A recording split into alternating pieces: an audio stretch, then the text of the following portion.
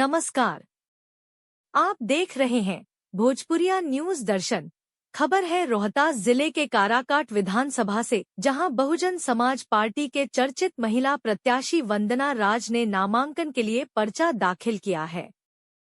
भोजपुरिया news दर्शन की team उनसे खास बातचीत में जानने का प्रयास किया कि क्या है उनका मुद्दा और चुनावी परिदृश्य।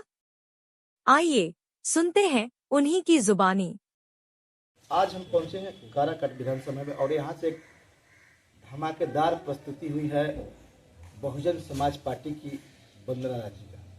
हम जानेंगे वंदना राज जी एक महिला प्रत्याशी, चूंकि पुरुष प्रत्याशी के बीच में इतना धमाकेदार एंट्री क्या है राज इसका। सबसे पहले आपको बहुत बहुत धन्यवाद। मैं वंदना राज, जिला परिषद उपाध्यक्ष, आपके चैनल के माध्यम से सभी श्रोतागण को, काराकाट विधानसभा के सभी मतदाता मालिक को नमस्कार प्रणाम करती हूँ। रही बात, आप पूछ रहे हैं कि धमाकेदार एंट्री की हमारी, जो वर्तमान में विधायक जी हैं ना, उनके प्रति इतना नाराजगी है हमारे लोगों के बीच में, तो धमाकेदार एंट्री तो लोग करेंगे ही, क्योंकि इतना वो लोग दुखी है, उनसे नाराज है। लोगों ने जान जी दे के भरपूर सहयोग से जितना हो सके सब लोग सपोर्ट करके उनको जिताया, विधायक बनाया, लेकिन वो तो जीतने के बाद क्षेत्र से गायब हो गए। तो इसी के कारण लोगों की उम्मीदें है हमसे, लोग हमसे खुद आके मिले, बोले कि आप आइए मैदान में। अब भरपूर सहयोग के साथ लोगों ने, आप तो मेरा देखबे कि ये नामांकन समारोह, लोगों ने भरपूर सहयोग दिया, हमको सपोर्ट किया। आप ऐसे भी नामांकन के बाद चर्चा में है, लेकिन हम जानना ये चाह रहे थे कि वैसी कौन सी समस्या थी जिसको लेकर लगा कि नहीं, हमको लोगों का सेवा करना चाहिए इस विधानसभा से। हम लोग का डेली आना जाना तो सबसे बड़ी समस्या है कि विक्रमगंज अनुमंडल है, बड़ा अनुमंडल है, डेली आना जाना लगा रहता है, सबसे ज्यादा भीड़ है वहाँ। कोई बाईपास, इतने सारे नेता मंत्री विधायक जी हैं, बाईपास एक बनवाना चाहिए। सबसे बड़ी मुद्दा तो है कि वहाँ बाईपास होना जरूरी है विक्रमगंज में।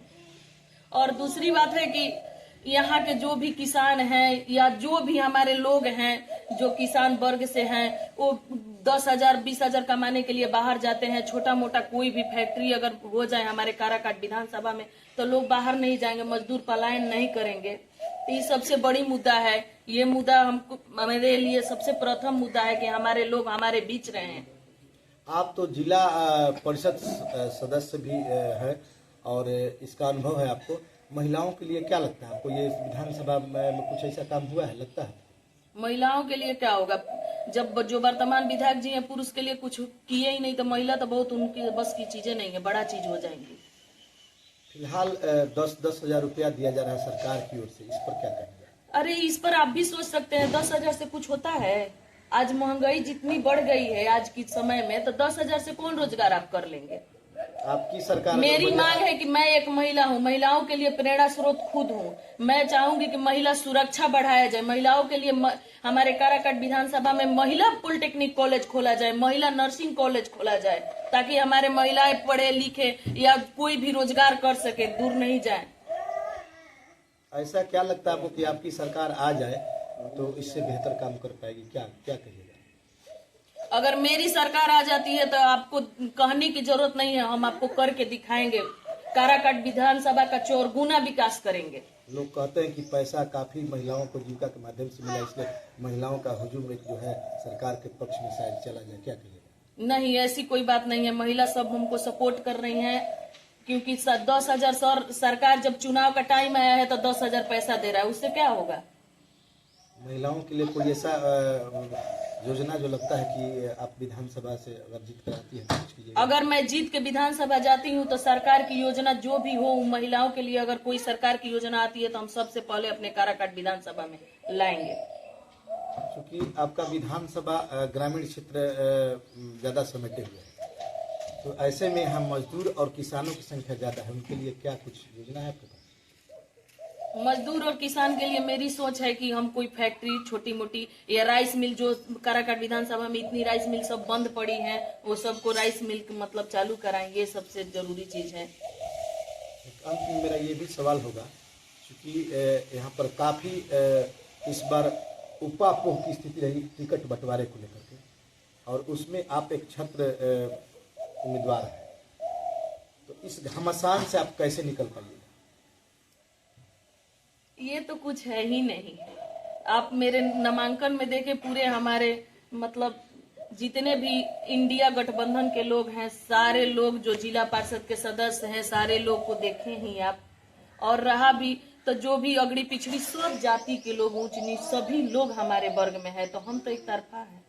आपका राजनीतिक पृष्ठभूमि भी है, क्योंकि आपके परिवार से लोगों ने सेवा भी किया है। जी जी। तो उस पृष्ठभूमि को देखकर क्या लगता है, आप अपने बाकी सभी लोगों को समझ पाएंगे?